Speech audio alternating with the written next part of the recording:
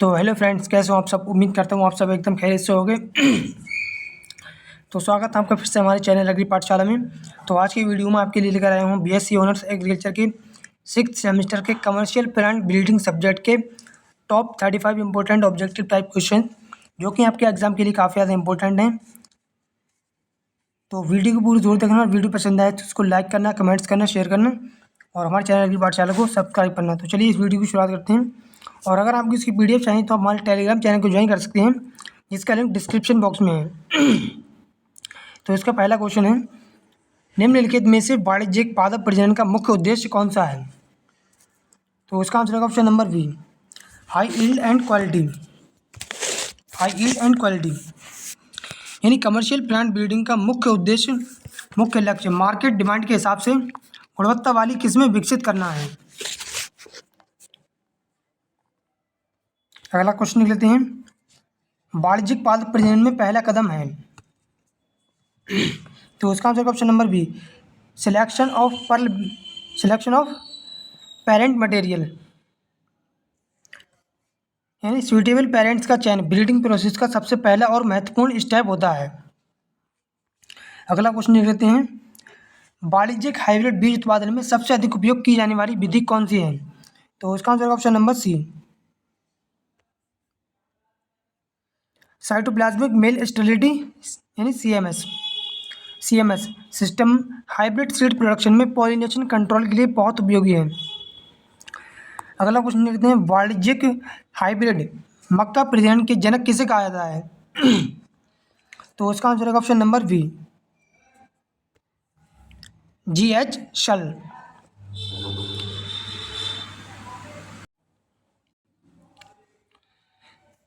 शल ने 1908 में मेज यानी मक्का में हाइब्रिड विगर की खोज की थी।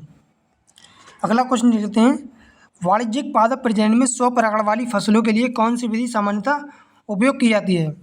तो उसका आंसर रहेगा option number B, pure line selection. Pure line method self pollinated crop यानी स्वपरागण वाली फसलों में सुपीरियर होमोजाइगस वैरायटीज के लिए प्रयोग होता है। अगला क्वेश्चन लिखते हैं, बैक क्रॉस विधि मुख्य रूप से किसके लिए उपयोग की जाती है।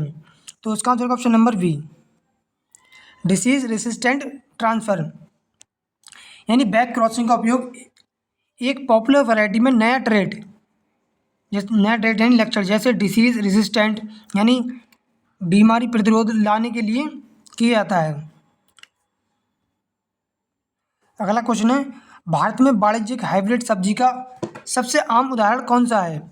तो इसका आंसर ऑप्शन नंबर ए, टोमेटो यानी टमाटर। टोमेटो हाइब्रिड का कमर्शियल स्केल पर सबसे ज़्यादा प्रोडक्शन किया जाता है। अगला क्वेश्चन देखते हैं, आलू गन्ना जैसी क्लोनल प्रजनित फसलों के लिए कौन सी तकनीक उपयोग की जाती है। तो उसका आंसर है option number B, clonal selection यानी वेजिटेटिवली प्रोपेगेटेड क्रॉप्स यानी वानस्पतिक प्रवर्धन वाली फसलों को क्लोनल सिलेक्शन से इम्प्रूव किया जाता है। अगला क्वेश्चन लिखते हैं, नई किस्म को वाणिज्यिक स्तर पर जारी करने को क्या कहा जाता है। तो उसका answer option number B, variety notification यानी किसी भी वैरायटी को ऑफिशियली रिलीज करने के लिए नोटिफिकेशन ज़रूरी है। अगला क्वेश्चन है, हाइब्रिड बीज उत्पादन के लिए कौन सी परागण आवश्यक है। तो उसका आंसर है ऑप्शन नंबर ए, क्रॉस पॉलिनेशन। हाइब्रिड सीड बनाने के लिए दो जेनेटिकली डिफरेंट पेरेंट्स का क्रॉस होना ज़रूरी है।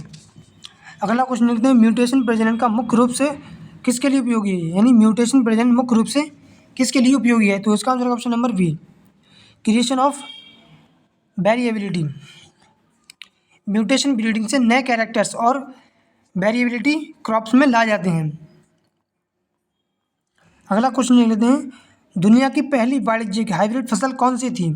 तो उसका आंसर ऑप्शन नंबर बी, मेज यानी मक्का। हाइब्रिड मेज पहली कमर्शियल हाइब्रिड क्रॉप थी।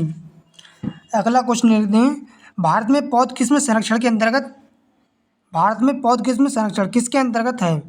तो उसका answer option number B, PPV and FR act यानी plant protection variety and farmers right act, जो कि 2001 में लागू हुआ था। इंडिया ने अपना खुद का protection of plant varieties and farmers right act 2001 बनाया है। अगला क्वेश्चन है, निम्न में से कौन सा वाणिज्यिक पादप प्रजनन का चरण नहीं है? तो उसका answer option number C, option number D, soil testing. Soil testing agronomy का हिस्सा है, ब्रीडिंग का नहीं। बाकी germplasm collection, selection, hybridization ये सारे ही ब्रीडिंग का हिस्सा है। अगला क्वेश्चन देखते हैं, बीज प्रमाणीकरण किसकी पुष्टि करता है? तो उसका आंसर ऑप्शन नंबर ए, जेनेटिक प्योरिटी यानी सीड सर्टिफिकेशन। यानी बीज प्रमाणन का उद्देश्य वैरायटी की जेनेटिक प्योरिटी को बनाए रखना है, यानी आनुवांशिक शुद्धता को बनाए रखना है। अगला क्वेश्चन है, जंगली रिश्तेदारों से वांछनीय गुणों को कृषि फसलों में स्थानांतरित करने की प्रक्रिया को क्या कहते हैं? तो उसका आंसर रहेगा option number B, wild hybridization. Wild hybridization से कल्टीवेटेड और वाइल्ड स्पीसीज के बीच जीन्स ट्रांसफ़र होते हैं। अगला क्वेश्चन है, हाइब्रिड शक्ति को और किस नाम से जाना जाता है? तो उसका answer option number B, heterosis. Hybrid vigour बराबर हेटेरोसिस, मतलब हाइब्रिड में माता पिता से ज़्यादा परफॉर्मेंस होती है। अगला क्वेश्चन देख लेते हैं, वाणिज्यिक पादप प्रजनन में किसानों को सीधे कौन सी बीज श्रेणी बेची जाती है?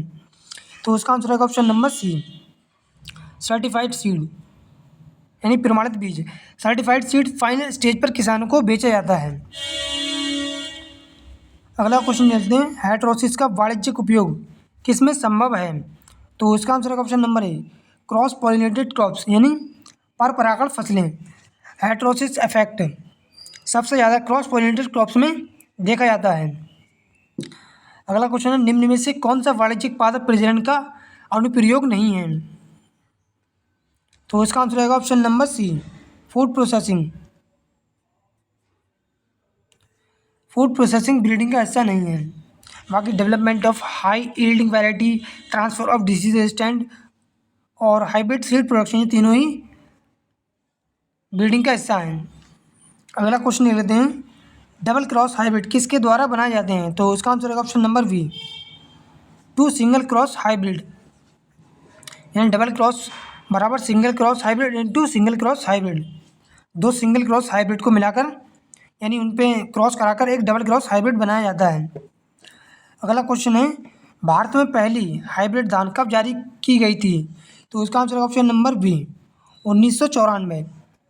इंडिया ने 1994 में हाइब्रिड राइस कमर्शलाइज की।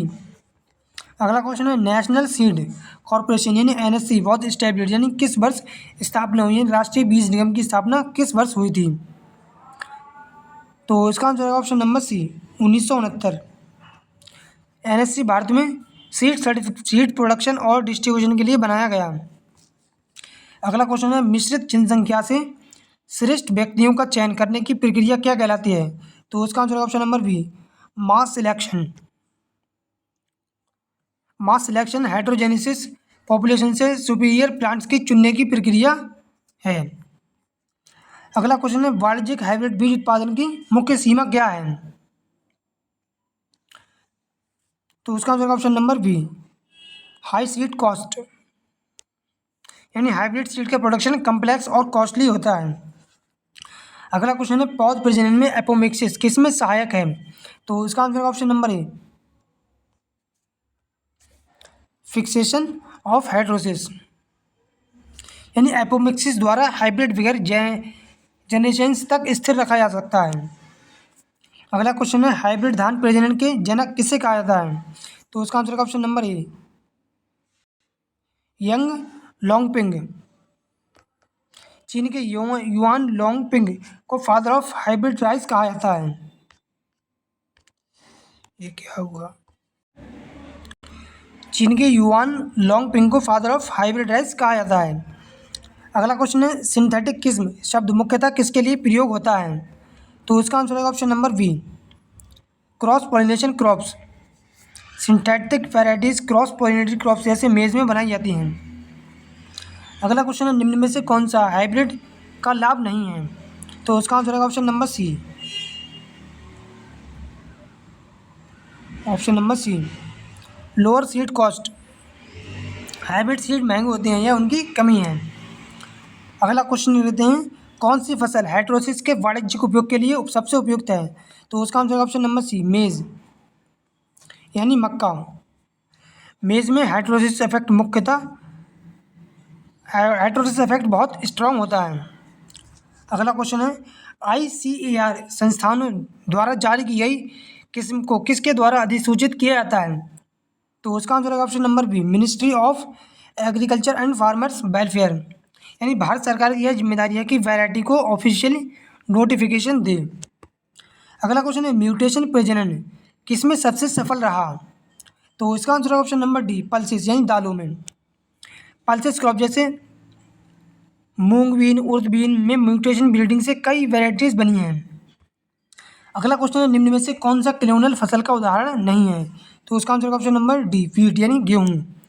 व्हीट सीड प्रोपेगेटेड है, क्लोनल नहीं। अगला क्वेश्चन निम्न में से कौन सी फसल प्रजनन में ट्रिपल क्रॉस एनालिसिस दिखाती है? तो उसका आंसर ऑप्शन नंबर ए, मेज यानी मक्का। ट्रिपल टेस्ट क्रॉस मेथड मेज में जीन इंटरेक्शन समझने के लिए उपयोग होता है।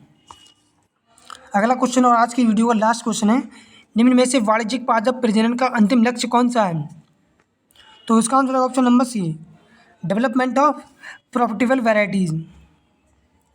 यानी प्रॉफिटेबल वैरायटीज़ का विकास करना, यानी कमर्शियल ब्रीडिंग का अल्टीमेट एम मार्केट डिमांड के अनुसार प्रॉफिटेबल वैरायटीज़ बनाना है, यानी जो हमें ज़्यादा से ज़्यादा प्रॉफिट कमा कर दे सकें। यह वाणिज्यिक पादप प्रजनन का मुख्य उद्देश्य है। तो फ्रेंड्स ये थे कुछ BSc ऑनर्स एग्रीकल्चर के 6th सेमेस्टर के कमर्शियल प्लांट ब्रीडिंग सब्जेक्ट के top 35 important objective type questions, जो कि आपके एग्जाम के लिए काफ़ी ज़्यादा इंपॉर्टेंट है। तो अगर आपको वीडियो पसंद आई हो तो इसको लाइक करना, कमेंट्स करना, शेयर करना और हमारे चैनल एग्री पाठशाला को सब्सक्राइब करना।